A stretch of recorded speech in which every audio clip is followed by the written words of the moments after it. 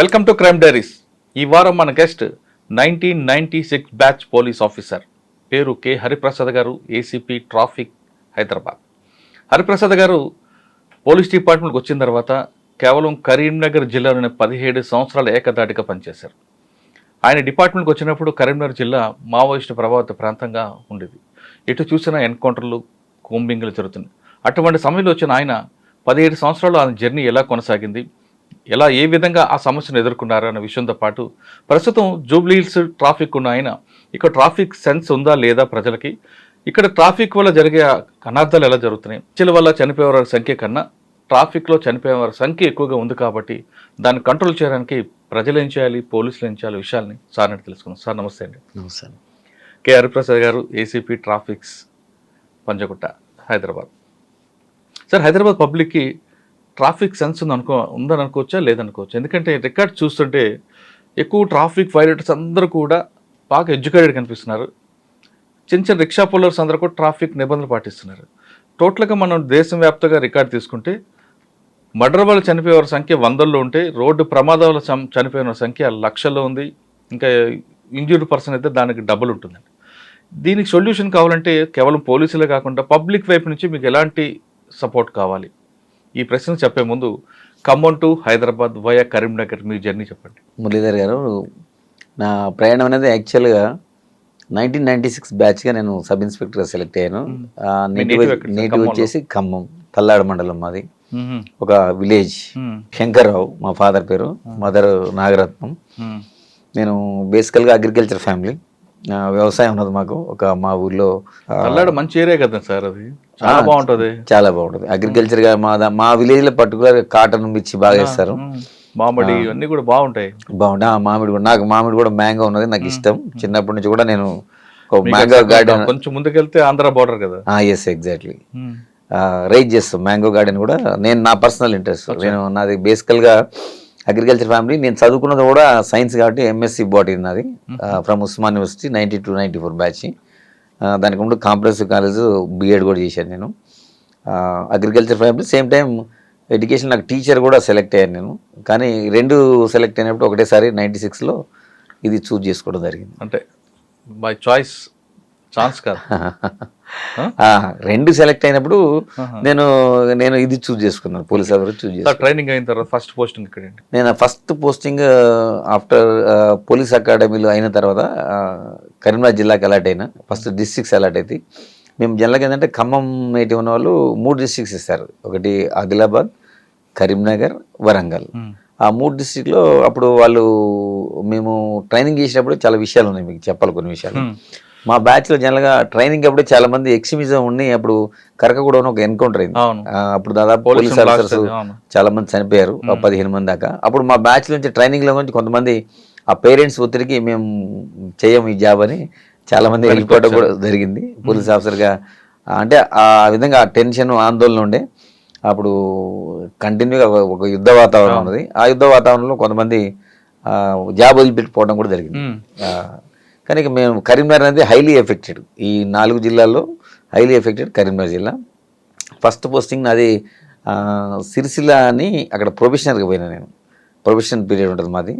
ఆ సిరిసిల్ల అయిపోయిన తర్వాత నెక్స్ట్ నాకు ఫస్ట్ పోస్టింగ్ కాల్వ శ్రీరాంపూర్ అని పెద్దపల్లి దగ్గర ఉంటుంది. అది సిరిసిల్లాకి వెళ్లే ముందు మీరు చెప్తున్నట్లుగా ఆ టైంలో బాగా పీక్ మూమెంట్ ఉంటుంది.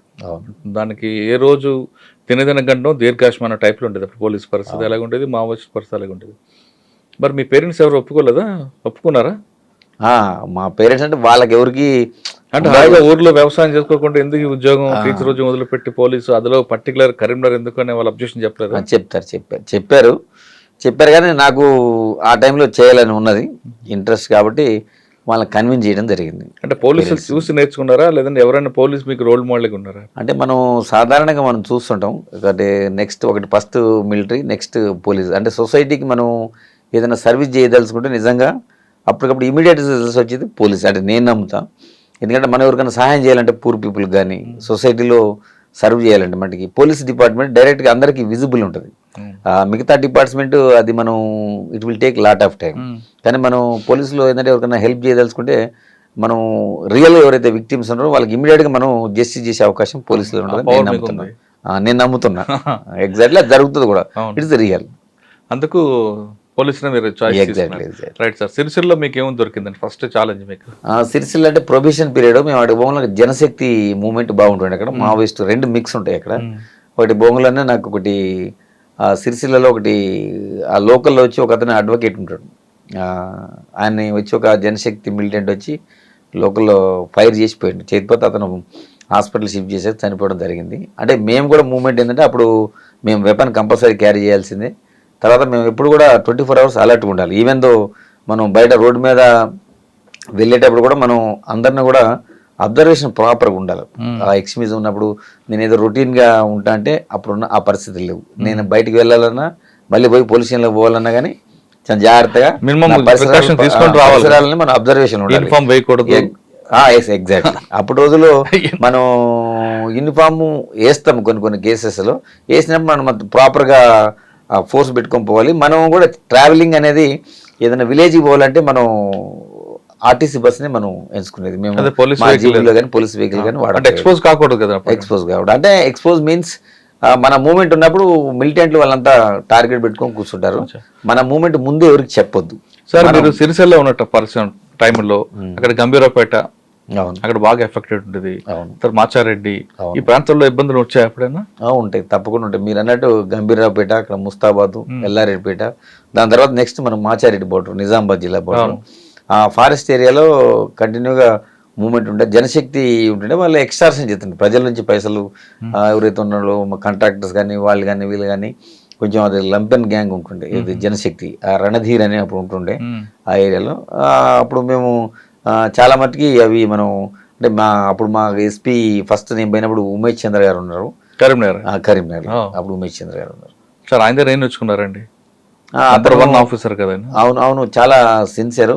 చాలా అప్పుడు అంటే ప్రజలు ఎవరైతే పొలిటీషియన్స్ కానీ ఎవరు కానీ అప్పుడు సాధారణంగా వాళ్ళు పాపం వాళ్ళ కాన్సెన్స్కి పోయే పరిస్థితి, ప్రజలను కలుసుకోవాలన్నా కానీ చాలా కష్టం ఉండండి. పోలీస్ పర్మిషన్ తోటే పోదాడు. పోలీస్ పర్మిషన్ అంటే ఆ విధంగా కాదు, ఆ పోలీసుని అడిగి ఆ ఏరియాలో మూవ్మెంట్ ఉందా లేదా, పోలీసులు అప్పుడు వాళ్ళకి సలహా ఇస్తే ఆ సలహా ప్రకారం వాళ్ళు ఆ గ్రామానికి పోవడం. అది కూడా వెరీ రేర్గా పోయేది గ్రామానికి. ఎందుకంటే అప్పుడు అటాక్ అయ్యేది, పొలిటీషియన్స్ మీద బాగా ఒత్తిడి ఉండేది.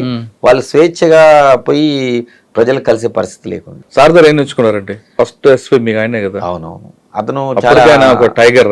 Yes, exactly. అతను మా ఎస్పీ గారు అందరూ కూడా మేము కొత్తలో పోయినప్పుడు అందరూ బ్రీఫింగ్ ఇచ్చారు.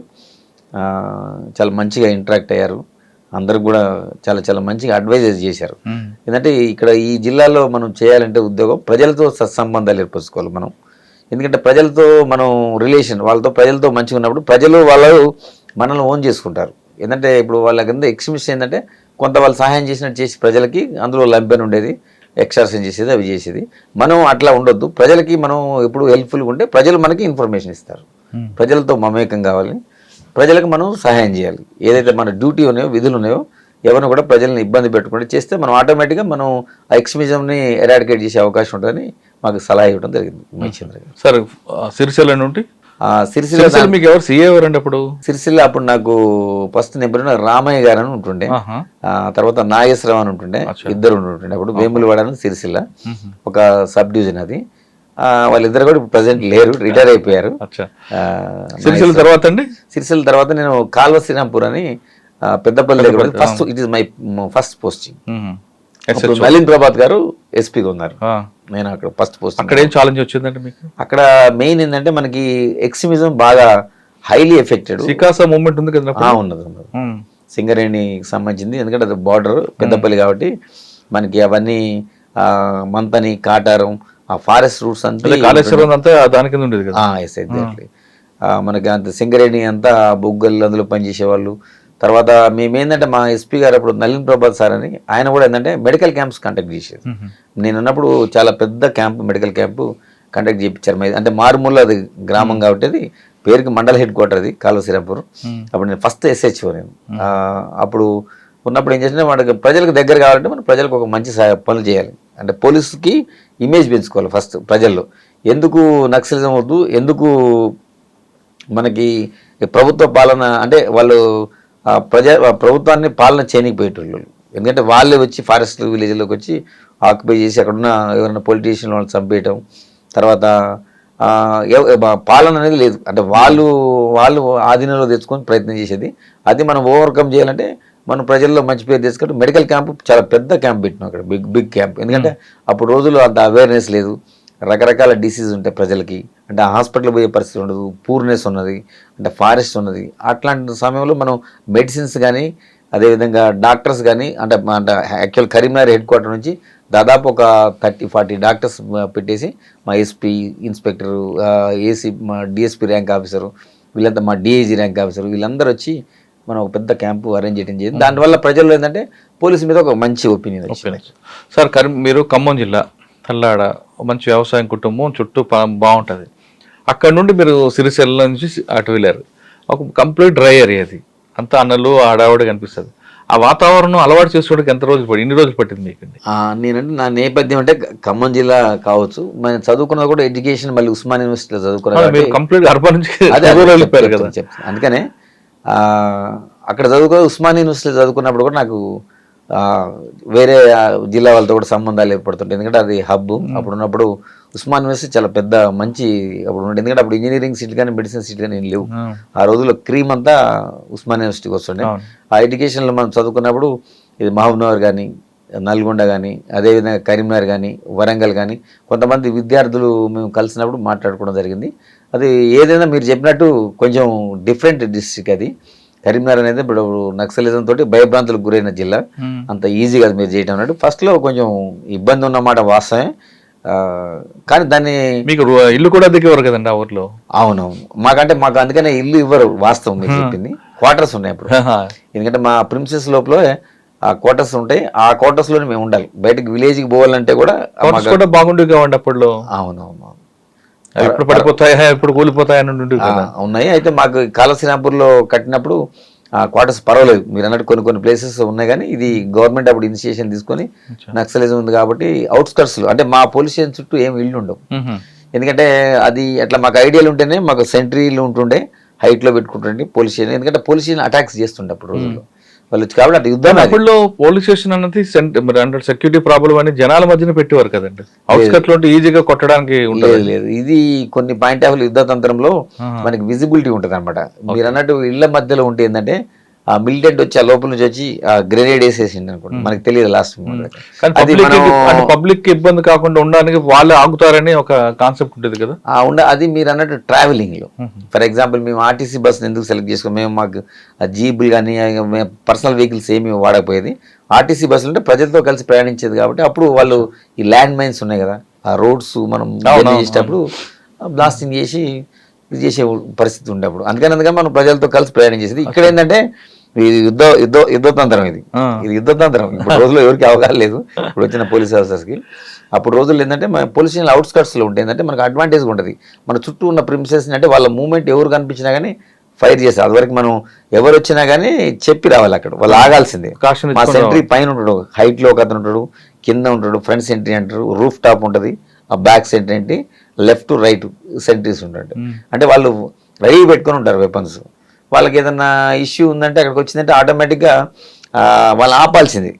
ఈవెన్ మా పై ఆఫీసర్స్ ఎస్పీ వచ్చినా కానీ ఆ వెహికల్లో కూడా వాళ్ళు ఎవరైనా ఎస్పీ అనుకొని చెప్పొచ్చి మనం అటాక్ చేసే అవకాశం ఉంది. ఎస్పీ గారు వచ్చినా కానీ అక్కడ దూరం ఉండే వాళ్ళు సోర్స్ అని చెప్పి వాళ్ళు మనం లైటింగ్ వేసిన తర్వాత కన్ఫర్మ్ అయిన తర్వాత మా పోలీసులకు అలా చేసేది.